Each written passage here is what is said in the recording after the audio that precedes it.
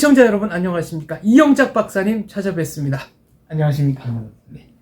잠깐 시청자분들한테 얼굴 한번 보여주시죠. 이렇게 벗으면 됩니다. 네.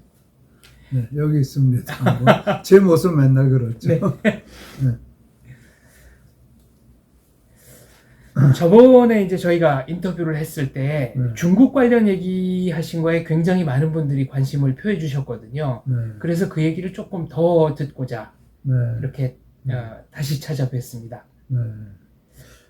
근데 나는 사실 뭐 중국 학자도 아니고 중국 연구를 하는 사람도 아니고 중국에 대해서 어떤 뭐 통계 자료나 그런 거를 뽑아서 보는 사람도 아니고요.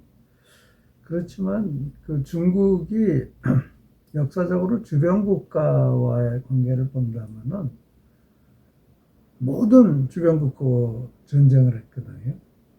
하다못해 월남을 도와서 거기서 월남을 통일시키는데 중국이 참 커다란 기여를 했지만 결국 전쟁 끝나고 나서 월남하고 또 영토 전쟁하지 않았어요. 네. 네, 그래서 결국은 그 영토 전쟁에서 그 이상하게 월남군한테 졌어요. 네, 그래가지고 사실 중국이 망신당하고 말았고, 그 티벳도 점령을 해가지고 이제 옛날에는 일종의 속국이었었는데 이제 완전히 자기네 땅처럼 만들었고, 지금 인도하고 갈등하고 있고. 네, 국경 분쟁이 네, 심상치 않습니다. 네, 네. 그 다음에 그 전에 보면은 소련하고도 국경 전쟁을 했고. 네. 네. 그리고 우리 역사를 보더라도 특히 통일신라 이후는 실제로 한국이 속국이라고 해도 될 만했죠. 네. 그렇죠. 특히 그러니까 고려시대 때는 뭐 충선왕, 충렬왕, 충성 충자를 쓰기도 했고. 네. 그래서 그거는 원나라의 말하자면 속국이었고요. 네. 그 전에는 이제 통일신라 마지막 단계에서 당나라와 전쟁도 하고 그랬지만 특히 이제 송나라, 원나라 이렇게 지나오면서 우리가 완전히 속국이 돼버리고 그 후로 계속 속국이었죠. 네. 그러니까 그 보면은 청나라 당시 히스토리 레코드가 있다는데 해마다 그 한국에서 얘기하는 소위 양반 자제들을 다 보냈잖아요. 그래서 볼모로 보냈습니다. 볼모가 아니죠. 거기 가면은 여자들은 궁녀 시녀가 되고 남자들은 다 내시해가지고 궁에서 심부름꾼을 쓰고 그랬잖아요. 그랬다고 그러더라고요. 그러니 우리나라의 그 양반집 정말 그 어린 자제들은 중국으로 끌려가는 것에 대한 항상 공포가 있었다고요. 그리고 조공 바치고 그게 그런 역사가 그러니까 고려 조선 해가지고 거의 1000년 이상 그런 역사를 거쳐왔고 항상 좀 우리나라 속국 취급하지 않았습니까? 네. 그게 이제 중국인 것 같아요. 그러니까 지금 소위 동북 공정이니 그런 것도 이제 그런 셈이고요. 그래서 중국은 그 이웃 나라와 절대 사이가 좋을 수가 없는 나라인 것 같아요. 뭐 우리 역사뿐만 아니고 지금 다 그렇거든요. 그리고 자기네들의 뭐 하다못해 김치까지도 뭐 파우차이 네. 해가지고 자기 거라고 그러고 뭐 한복도 자기 거라고 그러고 그럼 자기 아닌 게 어디 있어요? 네. 그래서 이제 참 그 중국이라는 나라는 참 경계해야 될 나라다 이런 생각을 하죠. 이건 좀 여담이지만 전에 김대중 대통령이 우리가 5000년 사상 중국보다 잘 살아본 거는 처음이다. 근데 그거는 다 모택동이 권력을 잡고 나서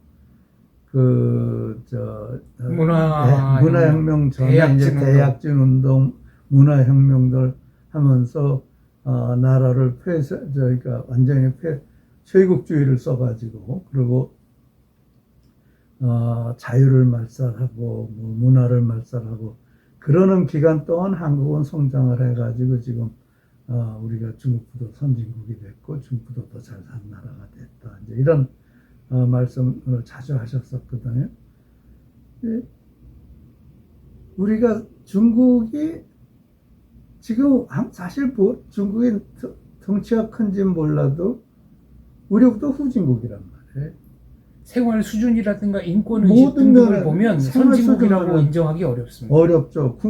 나라가 크고 땅덩어리가 크고 인구가 많으니까 경제가 덩치가 큰 거지. 사실 실질적으로 보면은 우리보다 못하다고요. 네.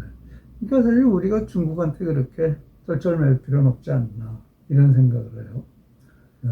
작년인가요? 시진핑 그 중국 주석이 미국 대통령과 회담하면서 네. 역사적으로 한국은 중국의 일부였다라는 그런 얘기 발언을 했죠. 했습니다. 네. 이거는 어떻게 봐야 됩니까? 그러니까 내가 얘기한 그 선상에서 보시면 돼요. 한국은 항상 그러니까 거의 지난 1000년간을 중국의 속국처럼 살았다고. 이제 독립이 된 거라고요.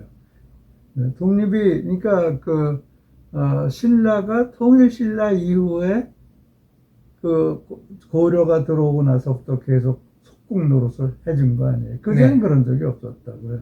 그러니까 우린 독립국이었다가 속국이 됐다 이제 독립을 한 거죠. 그런데 1000년의 역사가 있었지만 그 전의 역사, 이스라엘 보세요. 2000년 나라가 없어졌다가 해가지고 이스라엘은 땅이 생겼지만 그걸 갖다가 지금 아랍의 속국이라고 그러나요? 안 그러잖아요. 아무도 그렇게 얘기 안 하죠. 아무도 그렇게 얘기 안 하죠. 그럼 시진핑이 그렇게 얘기하는 것도 잘못된 거죠.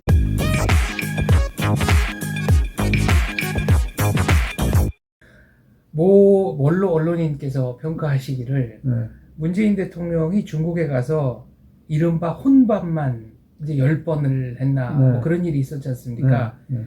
그것은 굉장히 의도적인 행위로 봐야 한다. 예를 들어 한국이 네. 중국의 속국이라는 것을 국제사회에 알리려는 그런 그 제스처의 일환이다. 이런 해석을 하셨거든요. 그 해석도 얼마든지 공감이 갈 수 있는 그 해석이죠. 그러니까, 그 천안문인데 왕궁을 뭐라고 그러죠? 자금성. 자금성. 네. 그 자금성이 참 어마어마하게 크거든요. 근데 이제 얘기 들어 옛날에 이제 조선에서 사신이 가면은 문 입구에다가 앉혀놓고 그냥 며칠 놔둔대요. 그럼 거기 앉아서 그냥 뭐 빌고 어쩌고 저쩌고 그러고 또 가고 또 가고. 그러니까 거기서 궁 안으로 들어가는 데만 하더라도 정말 많은 시간을 걸리게 하고 기를 죽였다는 거거든요. 네. 그러고 나서는 그냥 말만 듣고 오는 거지 내가 하고 싶은 말 못하고 오는 거란 말이에요. 그러니까 똑같은 거죠. 그러니까 옛날에 우리 조선의 사신들이 북경에 가서 가장 모욕을 다 당하고 오지 않았습니까? 그렇습니다. 네. 그 모욕을 문재인 대통령이 받은 거란 말이에요. 네. 똑같 기죽이기. 내 말 들어. 그런 거란 말이에요.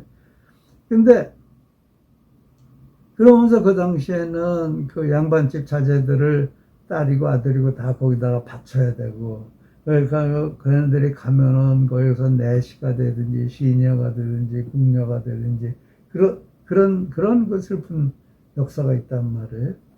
근데 이번에 이제 소위 그 조선 구마사라는 네, 드라마가 바로 폐지가 됐습니다. 네, 불을 지른 거죠. 네. 그래가지고 결국은 이제 우리 이제 한국 사람들이 소리를 내기 시작한 거라고 봐야 되겠죠. 그 사건에 관해서는 뭐 대중 독재다, 표현의 자유 침해다 여러 논란이 있습니다만 역시 핵심은 반중 정서가 이렇게 대중적으로 널리 퍼져 있다는 게 공식적으로 처음 확인이 된 거라는 거 아니겠습니까?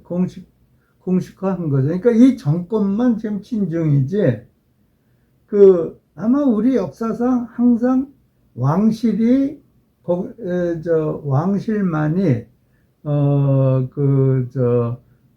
중국에 쩔쩔맸지, 국민들은 중국에 대한 감정 절대 안 좋았을 거예요.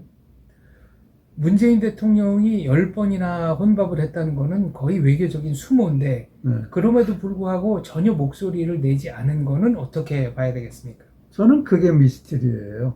저는 그게 문재인 대통령이 북한한테 그렇게 뭐 소대가리니 말대 뭐 네, 뭐 소가 웃을 일, 삶은 소대가리가 웃을 일이다. 네, 뭐 그런 모독을 당하고도 아무 소리 안 낸 거와 중국에 가서 10밤씩이나 혼자 밥 먹는 상황이나 저는 다를 게 하나도 없다고 생각을 하거든요.